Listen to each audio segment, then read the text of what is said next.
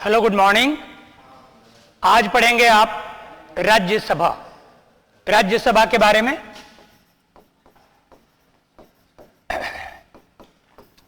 भारत के संविधान के आर्टिकल 80 में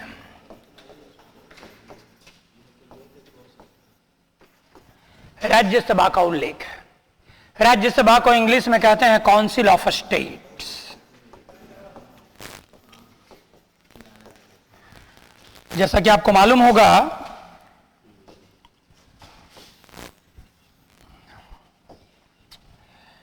राज्यसभा का मेंबर भी एमपी कहलाता है और लोकसभा वाले भी एमपी ही कहलाते हैं।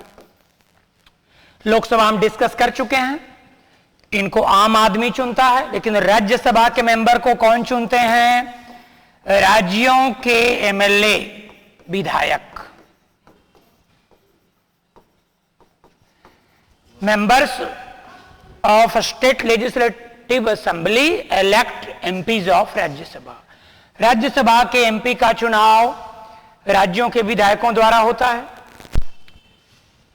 लोकसभा का टर्म होता है 5 साल, लेकिन राज्यसभा एक स्थायी सदन है, कभी भंग नहीं होती। Rajya Sabha is a permanent house, it is never dissolved. किंतु राज्यसभा के 1/3 मेंबर हर 2 साल बाद रिटायर होते हैं और निर्वाचित भी होते हैं। तो मेंबर का वर्किंग पीरियड होता है इसमें 6 इयर्स। ये बातें बहुत लोगों को समझ में नहीं आती है। राज्यसभा का टर्म कितना हुआ? बोलिएगा, राज्यसभा स्थायी सदन है, उसका टर्म नहीं होता। मेंबर का टर्म कितना हुआ? 6 इयर्स। राज्यसभा का चुनाव एक बार नहीं होता जैसे लोकसभा का होता है। राज्यसभा के 1/3 सदस्य प्रति 2 वर्ष बाद चुने जाते हैं। 2 वर्ष बाद एक मेंबर का टर्म होता है 6 इयर्स। ये कैसे, समझिए।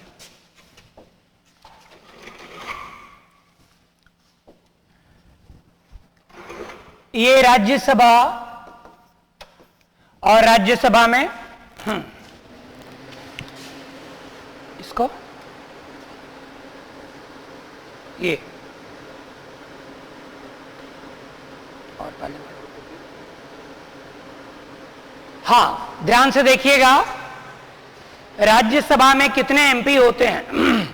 31 अक्टूबर 2019 से पहले, 31 अक्टूबर से जम्मू कश्मीर संघ शासित प्रदेश है। 31 अक्टूबर से राज्य के दर्जे से पीछे गया। तो संविधान का इतिहास जब लिखा जाएगा तो 2 हिस्से में जाएगा। राज्यसभा के एमपी 31 अक्टूबर 2019 से पहले कितने थे? 29 राज्यों से 229 थे। यूनियन टेरिटोरीज में 2 ही जगह से थे, दिल्ली और पांडिचेरी से। दिल्ली से 3 हुआ करते थे, पांडिचेरी से 1। स्टेट से 229, दिल्ली से 3, पांडिचेरी से 1 यूनियन टेरिटोरी है ये। तो कुल मिलाकर 233 निर्वाचित, लेकिन सीट है 238, 5 खाली। 12 राष्ट्रपति द्वारा मनोनीत नॉमिनेटेड एमपीज। ये 12 कौन है?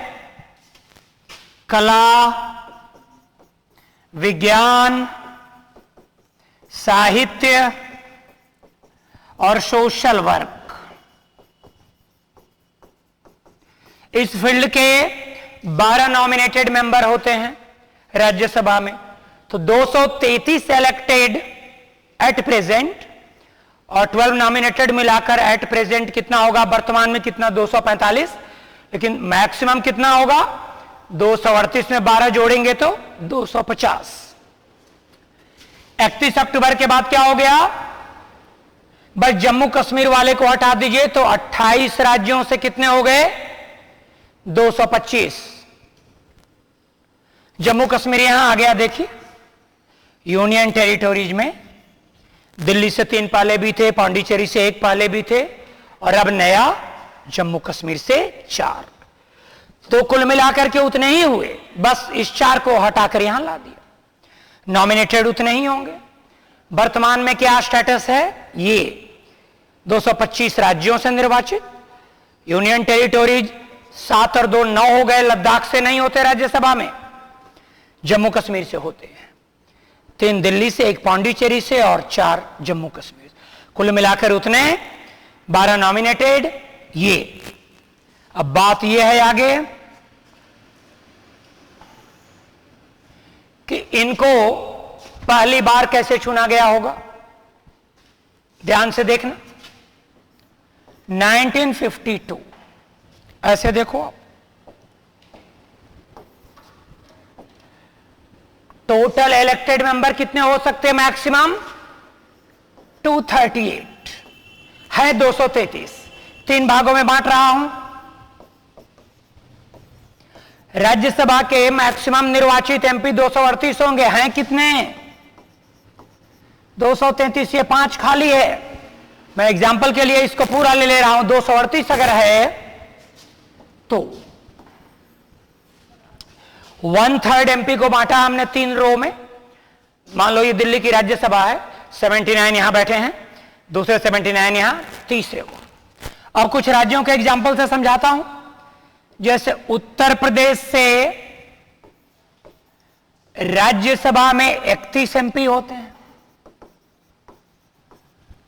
बिहार से 16, झारखंड से 6, वेस्ट बंगाल से 16, ऐसे।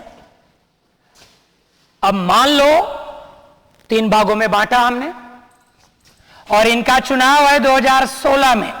कल्पना कीजिए 2016 में ये लोग आज रिटायर हो रहे, 2016 है मान लो 79, तो बिहार के कितने रिटायर हो रहे हैं इसमें?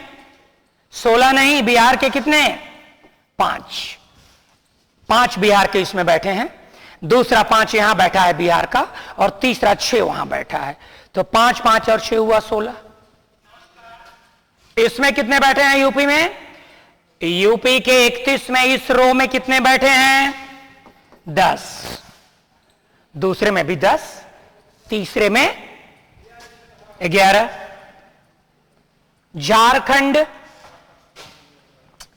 झारखंड के कितने सीटों पर चुनाव हो रहा? 2 सीटों पर। झारखंड से 2, कैसे?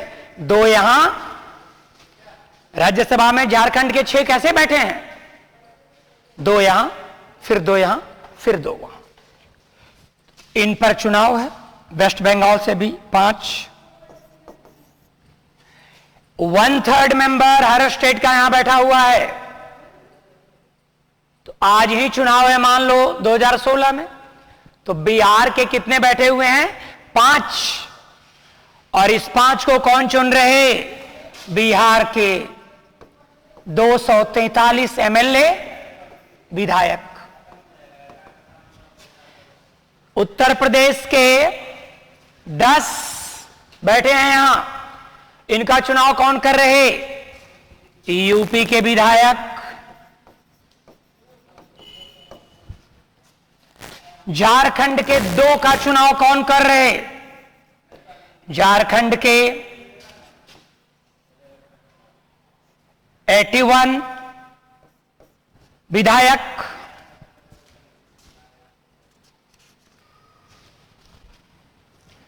झारखंड के 81 एमएलए चुन रहे, झारखंड के 2 एमपी को। कितने लोगों का चुनाव हुआ? हर राज्य के 1/3 का।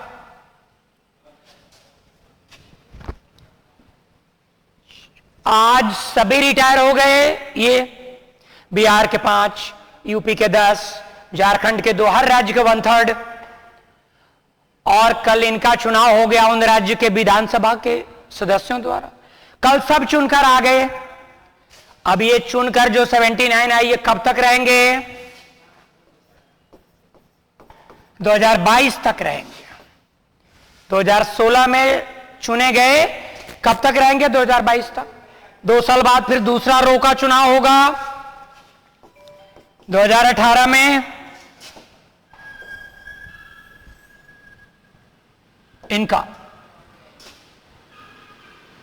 सभी राज्यों के वैसे ही कब तक रहेंगे ये?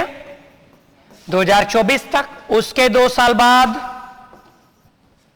ये चुने गए तीसरा रो, कब तक रहेंगे? 2026। ध्यान से देखो, 1/3 मेंबर हर 2 साल बाद रिटायर हो रहा। ये कब रिटायर हुए? 16 में। ये कब रिटायर हुए? 2018 में। वो कब रिटायर हुए? 2020 में। ये कब चुने गए? 2016 में। ये कब चुने गए? 2016 में। और ये कब चुने गए? 2020 में। ये कब रिटायर होंगे? 2022 में। ये कब रिटायर होंगे? 2024 में। और वो रिटायर होंगे 2026 में। कहने का मतलब 1/3 मेंबर हर 2 साल बाद रिटायर होता है, निर्वाचित होता है, लेकिन मेंबर का वर्किंग पीरियड 6 इयर्स, 6 वर्ष। क्लियर है? अब एक सवाल है कि पहली बार ऐसा कैसे हुआ होगा? फर्स्ट टाइम में कैसे हुआ? फर्स्ट टाइम में ऐसे हुआ, 13 में 1952 से राज्यसभा है।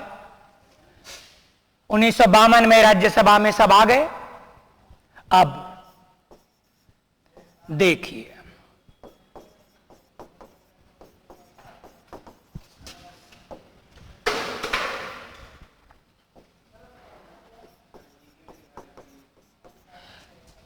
समस्या थी कि कौन कैसे रिटायर करेंगे इनको। हम पहली बार आए, एक ही बार तो आए।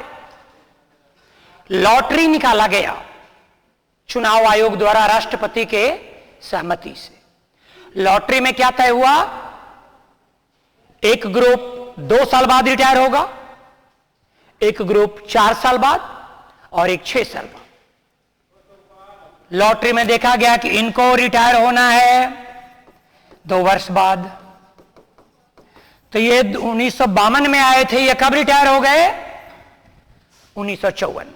पहली बार ये रिटायर हो गए 2 ही साल में, हालांकि दोबारा फिर चुने गए। ये कितने साल बाद रिटायर होना? 4 वर्ष बाद। 2052 में आए थे, 2056 में रिटायर हुए, और ये रिटायर हो गए 6 वर्ष बाद। बात समझ गए? लॉटरी से तय हुआ कि एक ग्रुप रिटायर होगा 2 वर्ष बाद, जो 1954 में हो गया। दूसरा रिटायर होगा 4 वर्ष बाद, जो 56 में हो गया। और तीसरा 6 वर्ष बाद, जो 1958 में। अब बात यह है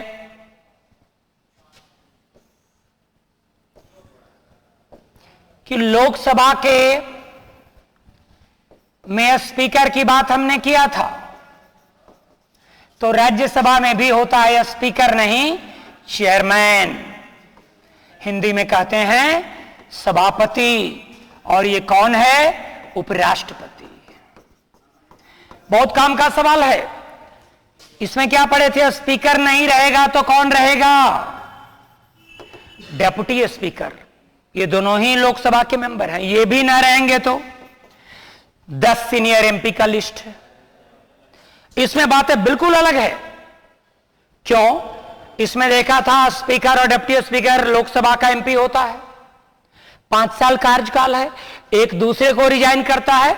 यहां एक विचित्र बात है भारत के संविधान में, आपको आश्चर्य नहीं होना चाहिए कि राज्यसभा का सभापति राज्यसभा का एमपी नहीं होता है।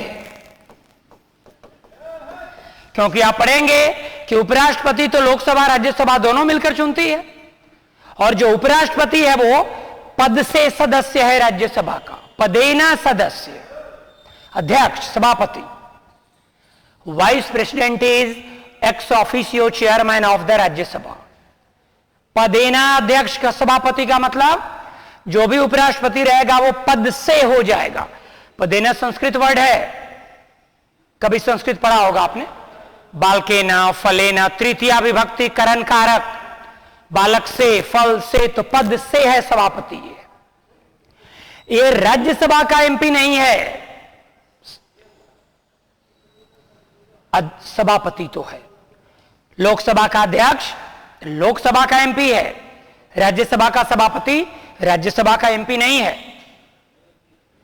ये अगर नहीं रहेगा, ये नहीं रहेगा तो स्पीकर की लिस्ट बनती है ना 10 एमपी की लिस्ट, क्योंकि वह सभी लोकसभा।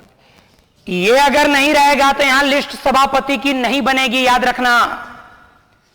चेयरमैन अगर नहीं रहा, बीमार हो गया, डेथ कर गए कोई कारण, तो इनका काम कुछ दिन कौन देखेगा? उपसभापति, डेप्यूटी चेयरमैन। लेकिन इनके बारे में खास बात की, ये राज्यसभा का ही मेंबर होता है। राज्यसभा का सभापति राज्यसभा का एमपी नहीं है, लेकिन उपसभापति राज्यसभा का एमपी है। तो यहां जो इनकी लिस्ट नहीं बनती, यहां स्पीकर की पैनल बनती है। यहां किसकी लिस्ट बनती है? इनकी 6 मेंबर्स की। राज्यसभा में डेप्यूटी चेयरमैन का 6 मेंबर का पैनल है कि सभापति नहीं रहेंगे तो उपसभापति आएंगे, और ये न रहेंगे तो इनकी लिस्ट नहीं बनेगी, इनकी लिस्ट बनेगी, क्योंकि उपसभापति राज्यसभा का सदस्य है। अब रिजाइन कैसे करते हैं? इसमें तो एक दूसरे को रिजाइन कर देते हैं, लेकिन ये सभापति किसको रिजाइन करेगा? राष्ट्रपति को। और उपसभापति किसको रिजाइन करेगा? सभापति को। मैं उम्मीद करता हूं ये बातें आपको समझ में आई होगी, और अगले क्लास में हम पढ़ेंगे परिसीमन आयोग, डिलिमिटेशन कमीशन।